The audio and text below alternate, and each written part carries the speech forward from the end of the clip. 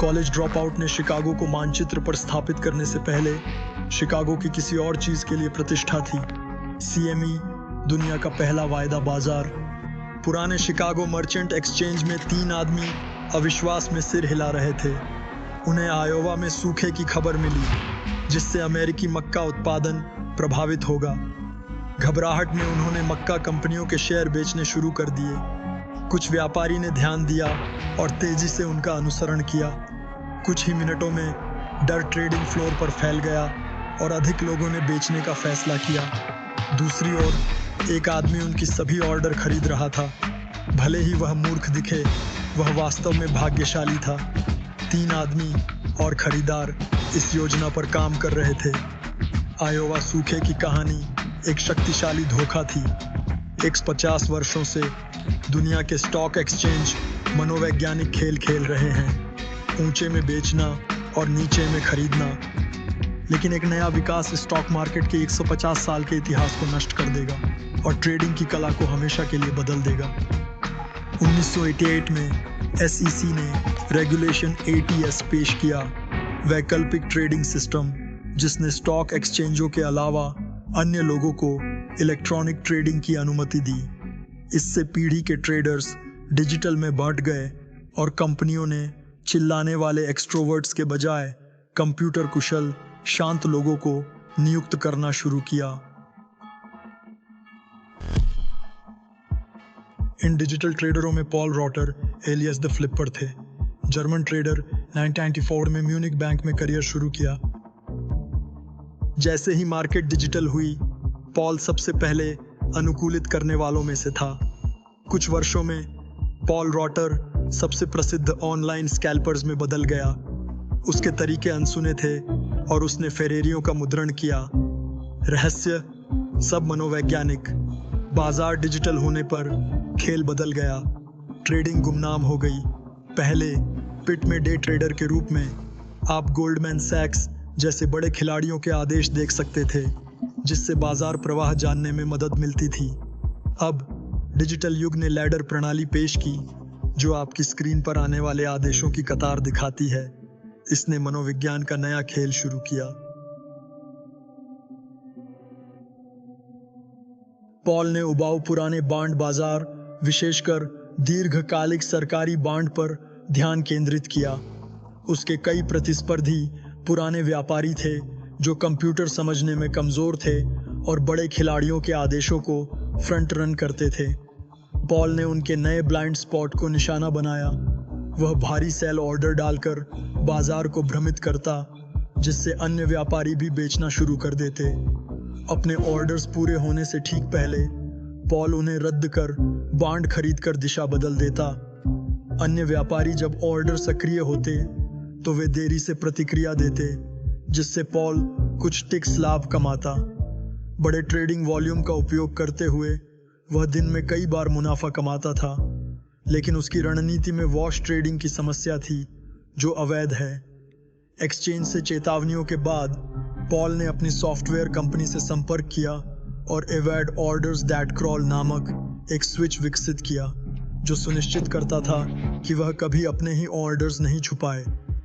अनजाने में उन्होंने एक दानव बना दिया था।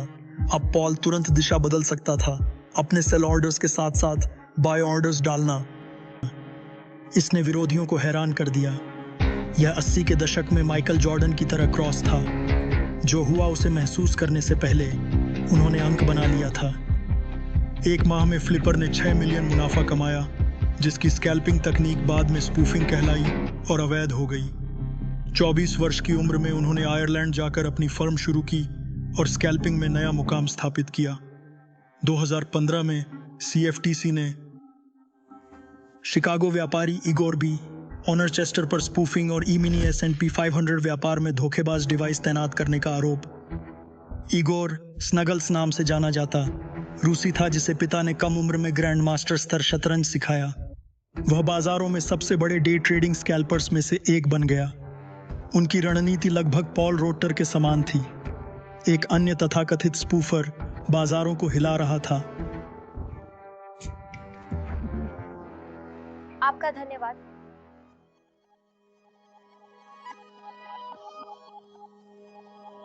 हाउंड ऑफ हॉजोव नाव के नाम से प्रसिद्ध लंदन की सड़कों से एक युवा भारतीय प्रवासी अपने माता पिता के कमरे से ट्रेडिंग करता था।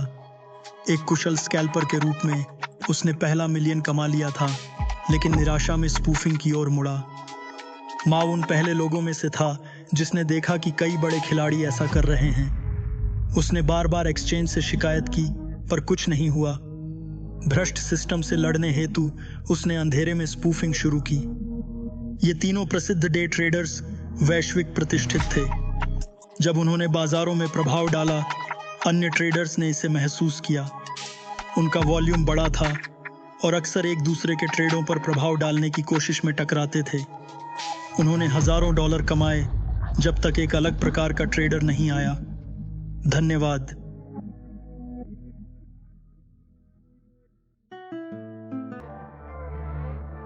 2007 वह साल था जब सब कुछ बदलना शुरू हुआ।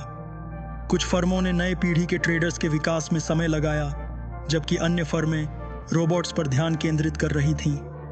ट्रेडिंग फर्में, क्वांटिटेटिव हेज फंड्स, चाहे जिन्हें भी कहें, सभी मनुष्यों से अधिक ट्रेड करने वाले कंप्यूटर बना रहे थे। 2007 तक उनका विकास बाजारों को बाधित कर चुका था और बाजारों के चलने का तरीका बदल गया था। डे ट्रेडर्स ने बिजली की गति वाले ट्रेड्स और ऑर्डर्स को नोटिस करना शुरू कर दिया। जो सेकंडों में सैकड़ों ट्रेड्स होते थे, मानवीय गति में हिट करना असंभव हो गया।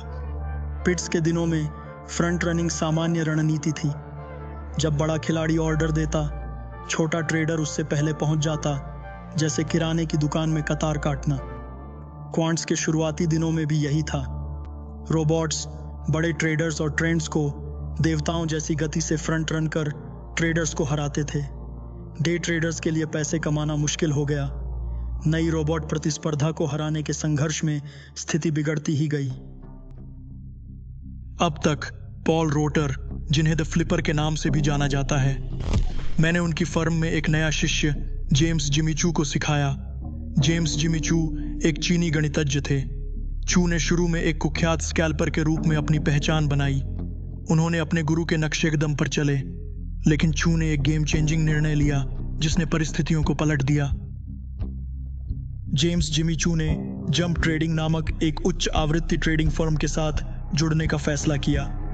एक अनुभवी स्कैल्पर के रूप में जेम्स जिमी चू ने एल्गोरिदम को उनके सभी ट्रेडिंग रहस्य सिखाना शुरू किया, और वह अकेले नहीं थे।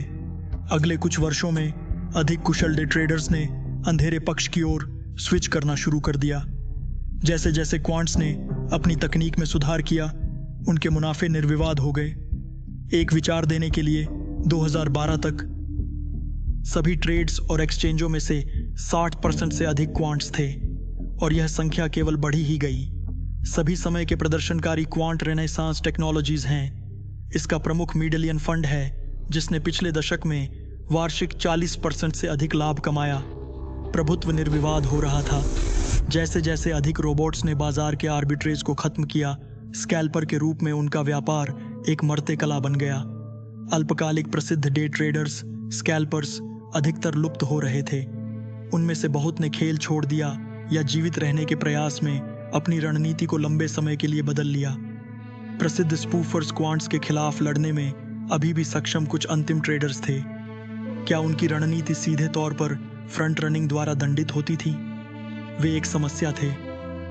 तो आप क्या करते हैं जब आप और कुछ साथी क्वांट फर्में एक्सचेंजों पर वॉल्यूम का अधिकांश हिस्सा बन जाती हैं? सही कहा, आप अपनी शक्ति का लाभ उठाते हैं और मैदान बदल देते हैं। ट्रेडर्स के बहुमत होने के कारण क्वांट्स ने ट्रेडिंग कमीशन में तीव्र कटौती की मांग की, जिससे उन्हें उनके मानव समकक्षों पर और भी अधिक बढ़त मिली। दीवार पर लिखावट देखकर कई प्रसिद्ध ट्रेडर्स हार मान गए। पॉल रड जैसे लोग स्कैल्पिंग छोड़ सेवानिवृत्त हुए और अब बहामास में दीर्घकालिक धारक हैं। फिर भी सभी हार मानने को तैयार नहीं थे। कुछ के लिए यह लड़ाई ट्रेडिंग से अधिक थी। बहुत सारा पैसा होने से हमेशा छोटे व्यक्ति को हराने में बढ़त मिलती थी। कोई फर्क नहीं पड़ता था कि आप किस व्यवसाय में हैं। वित्तीय बाजार कुछ ही जगहों में से एक थे जहां आपके पास मौका था। तेज सूझबूझ और रणनीतियां किसी गरीब लड़के को करोड़पति में बदल सकती थीं, चाहे आपका पृष्ठभूमि या त्वचा का रंग कुछ भी हो। लेकिन क्वांट के आगमन ने एक बार फिर से अमीर होना और संबंधों का होना आपको अनुचित बढ़त दे दी। जबकि कई ट्रेडर्स ने ट्विटर और रेडिट पर सिस्टम के प्रति अपनी निराशा व्यक्त की है कार्रवाई करने पर। इन स्कैल्पर्स में से एक जिसने हार मानने से इनकार किया वह था नव, जिन्हें हाउस लव का हाउंड भी कहा जाता है। उन्होंने क्वांट्स को हराने के मिशन पर यात्रा शुरू की। नव और कुछ अन्य प्रसिद्ध ट्रेडर्स ने अपनी बड़ी पूंजी से हथियार विकसित करना शुरू किया। जबकि कई ने बड़े खिलाड़ी क्वांट्स की नकल की, नव अलग दिखे। उनकी प्रतिभा से उन्होंने ऐसा ट्रेडिंग एल्गो बनाया जो क्वांट्स के विपरीत स्पूफिंग रणनीति पर जोर देता था। जैसे ही उन्होंने अनूठी प्रणाली विकसित की, क्वांट्स ने चाल चली। चू जैसे शिष्यों, जो अब क्वांट फर्मों के बड़े खिलाड़ी हैं, ने अन्य स्पूफर्स के खिलाफ लॉबिंग शुरू कर दी। वे रेगुलेटर्स में से एक थे जिन्होंने उनकी रणनीति निषिद्ध करने की मांग की। इसके परिणाम स्वरूप एक कड़ी लड़ाई हुई जिसने वित्तीय बाजारों को हमेशा के लिए बदल दिया और कई डे ट्रेडर्स की नियति तय कर दी। अगले एपिसोड में जुड़े रहें, जहां हम एनएवी की कहानी, उसकी प्रतिभा और क्वांट्स को कैसे हराया उजागर करेंगे। देखने के लिए धन्यवाद।